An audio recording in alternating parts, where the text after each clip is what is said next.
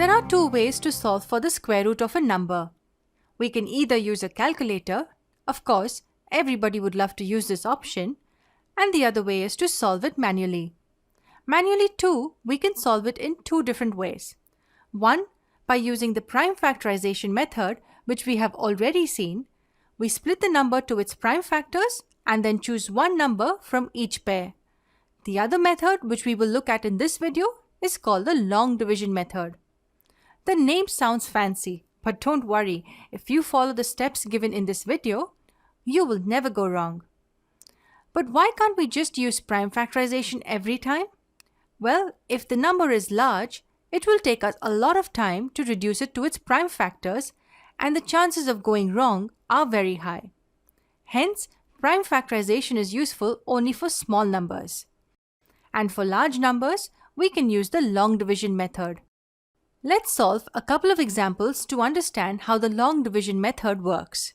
Look at the number 8281. If we have to reduce this number to its prime factors, we would first have to think of all the divisibility rules and so on, and that would take us a lot of time. So for such large numbers, we use the long division method. The first thing we need to do in the long division method is to draw lines like this. A line on top and a line to the left of the number. When you draw a line on top of the number, remember to leave some space above the number. Once you're done drawing these lines, you're ready for the first step. The first step is to mark pairs of digits from the unit's end. The unit's end is the number 1. So we mark pairs of digits from right-hand side. This becomes our first pair from the right, the number 81. We continue to mark pairs till we cover all digits of the number. The next pair will be 82. So the first step was simple. We just mark pairs from the right, which gives us two pairs, 82 and 81. Now we look at the first pair from the left, which is 82. In the second step, we have to find the perfect square which is equal to or lower than 82. Since 82 is not a perfect square, we choose the perfect square lower than 82. The perfect square just lower than 82 is 81. Even 64 is a perfect square lower than 82, but remember, we always choose the one which is closest. We know that 9 squared equals 81. We just found out the most crucial number. It's the number 9. 9 is basically the square root of the closest perfect square. We write the number 9 here to the left of the number. This was actually the most important step of the long division process, to find the first number. The next step is one of the easiest steps, but it's a step where most of the students get confused. The step says multiply above and add below. But what do we multiply and what do we add? It is the same number, 9. Let's focus on multiplying above first. We multiply 9 with 9 and write the product here. So the 9 you are multiplying is written on top. Now let's come to add below. We add 9 with 9 and write the sum underneath.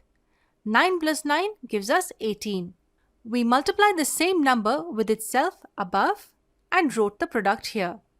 And we added the same number with itself and wrote the sum here. Remember, when we multiply or add, we're doing the operation with the same digit. In this case, it's 9. So we have completed 3 steps. First, we found the pairs from the right. Second, we found the perfect square and wrote its square root here. Third, we multiplied above and added below. If you observed it well, you could see that I have left some space next to the sum of 9s. That space is kept for the box. So we draw an empty box here, and inside this box we will be writing some digit. Our next aim is to find this digit. The next 3 steps are super simple. We just subtract the product from the number above it.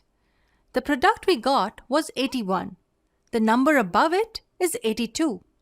We subtract 81 from 82 and get 1. And then we get the next pair down.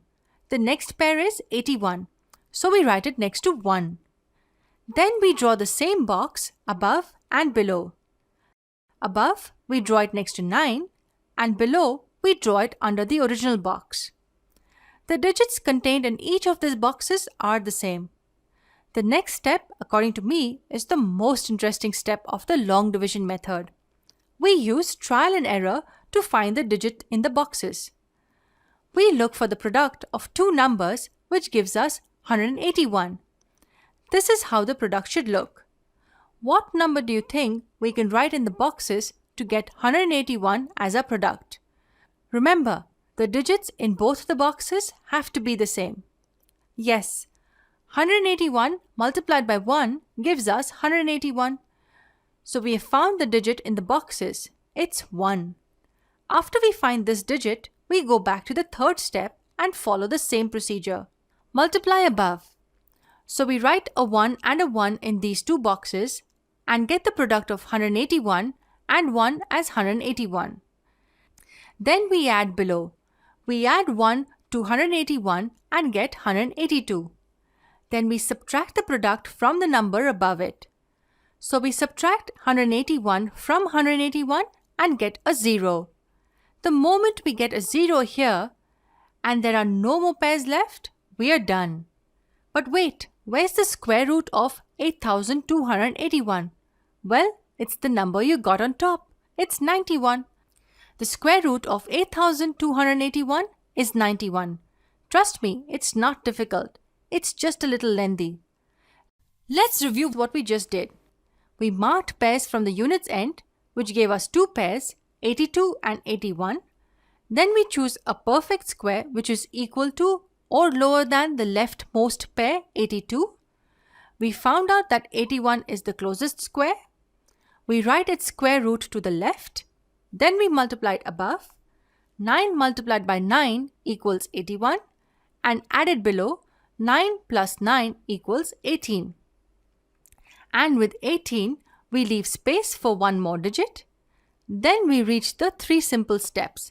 First, we subtract the product. 82 minus 81 gives us 1.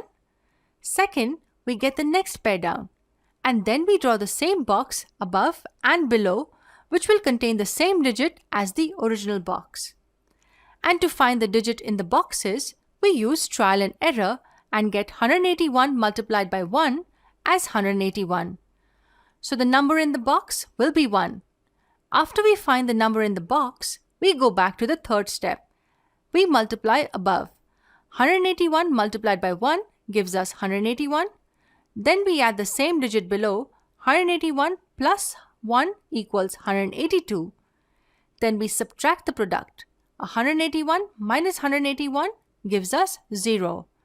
And since there's no pair left, we stop and get the square root as 91.